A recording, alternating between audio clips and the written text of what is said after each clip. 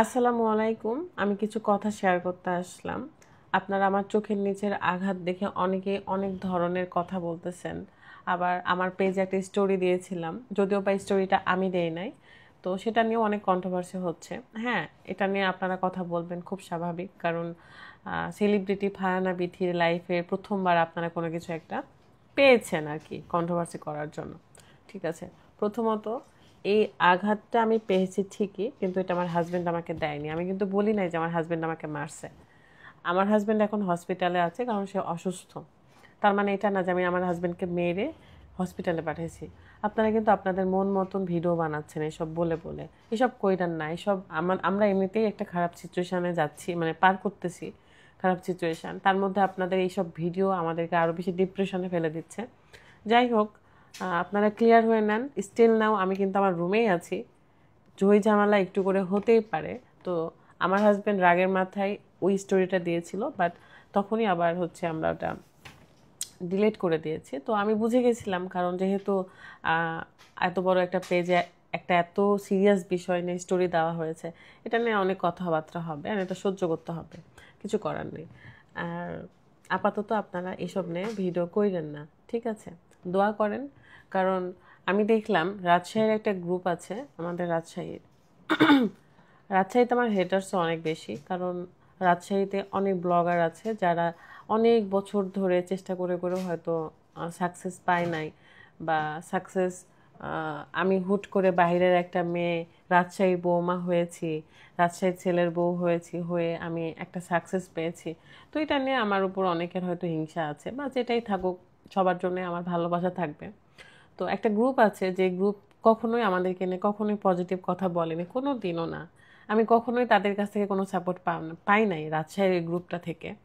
তো লিখেছে দেখলাম যে আম্বানির বউয়ের নাকি আম্বানির সাথে আম্বানির বউয়ের নাকি ঝামেলা হয়েছে। তো এটা কি সত্য নাকি মিথ্যা? হ্যাঁ, তাদের নাকি আলাদা হয়ে গেছে, তারা এটা কি সত্য নাকি মিথ্যা, মানে খুব খারাপভাবে কথাটা লিখেছে আর কি। তো আমি তখন একটা জিনিস ভাবলাম যে কাছের মানুষরা, এটা তো আমার কাছেরই, কারণ আমি তো এই শহরেই থাকি, রাজশাহী শহরেই তো থাকি। কাছের মানুষরা কখনোই আহ, মানে আনন্দ দেখলে খুশি হয় না, কিন্তু কষ্ট দেখলে খুশি হয়, বুঝছেন? তো এই খারাপ সিচুয়েশনে অনেক কিছুই বুঝলাম। এখন বিষয় হলো, আমার হাজব্যান্ড পোস্ট করেছে হসপিটালের কিছু পিকচার। সেই পোস্টে হয়তো লিখেছে যে আমি অনেককেই পাই নাই কাছে। সে তার দুঃখ থেকে কথা বলেছে, কারণ সে আরও আরও কিছু বন্ধু বান্ধবদের আশা করতেছিল যে তারা হয়তো তাকে দেখতে যাবে এই জন্য। তো এটা তার একটা দুঃখ প্রকাশ করেছে। তার মানে এটা না যে আমার সাথে তার কোনো ঝামেলা হয়েছে, আলাদা হয়েছে। চোখের নিচে আঘাত সব সেলিব্রিটিদেরই কেন জানি হয়, দিয়ে নাকি আলাদা হয়ে যায়, ডিভোর্স হয়ে যায়। তো সব কিছুই আপনারা ট্রোল করেন, কেন করেন বলেন তো? অনেকে দেখলাম চোখের নিচে কালি দিয়ে ভিডিও বানাইছে, আমার ভিডিও দেখে আর কি, মানে আমাকে ইঙ্গিত করে যে ও মাই গড আমার চোখের নিচে। আচ্ছা, সব সেলিব্রিটিদের চোখের নিচেই কেন মারে? এসব করেন না, এসব করেন না। রিভেঞ্জ অফ নেচার একটা কথা আছে। আপনি যেরকম আচরণ একটা মানুষের সাথে করবেন, আপনি ঠিক সেটার একটা ব্যাক পাবেন, পাবেনই পাবেন। অ্যান্ড অন্যের কষ্ট দেখে এরকম কইরেন না, ঠিক আছে? এখন বিষয় হলো যে সবই ঠিক আছে, আপনারা এত টেনশন করেন না। আমাকে নিয়ে অনেকে চিন্তায় পড়ে গিয়েছিলেন এই পোস্টগুলো দেখে। হ্যাঁ, আমার খারাপ লাগতেছিল। মানুষের সবসময় তো ভালো সময় যায় না, খারাপ সময়ও আসে।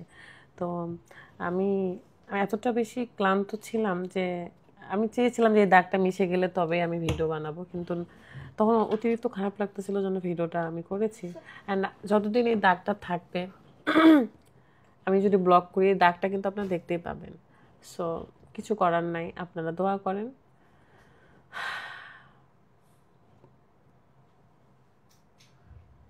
জীবন এটাই, দুঃখ কষ্ট মিলিয়ে জীবন। 24 ঘন্টার মধ্যে মাত্র 3 মিনিট আপনাদেরকে দেখায়, আর আপনারা মনে করেন যে সারাদিনই ভিডিও করি বসে বসে। তো আমার কথা হলো, সব বিষয় নিয়ে না বিজনেস করতে হয় না। আপনারা একটা টপিক পেলেই হয়, সেই টপিক নিয়ে নাড়াচাড়া ঘাটাঘাটি করে করে ভিডিও বানান, বিজনেস করেন, টাকা কামান। আমরাও টাকা কামাই তো অনলাইন থেকে, অন্যদেরকে নিয়ে কথা বলে তো করি না।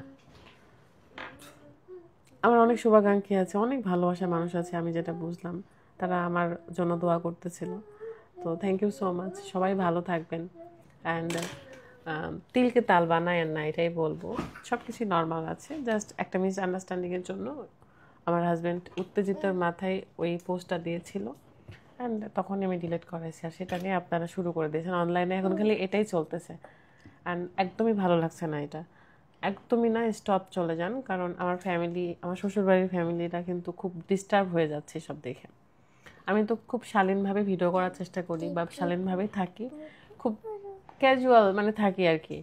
তো আমার মনে হয় যে আপনারা এটাকে নর্মালি নেন, নর্মালি না মানে এটা ভুলে যান, এই বিষয়গুলো ভালোভাবে বাঁচতে দেন আমাদেরকেও, আপনারা বাঁচেন। তো আমি রেগুলার কাজে চলে আসবো আবার কালকে থেকে, না হলেও পরশুদিন থেকে রেগুলারই কাজ করব। আর সবাই ভালো থাকবেন, সুস্থ থাকবেন।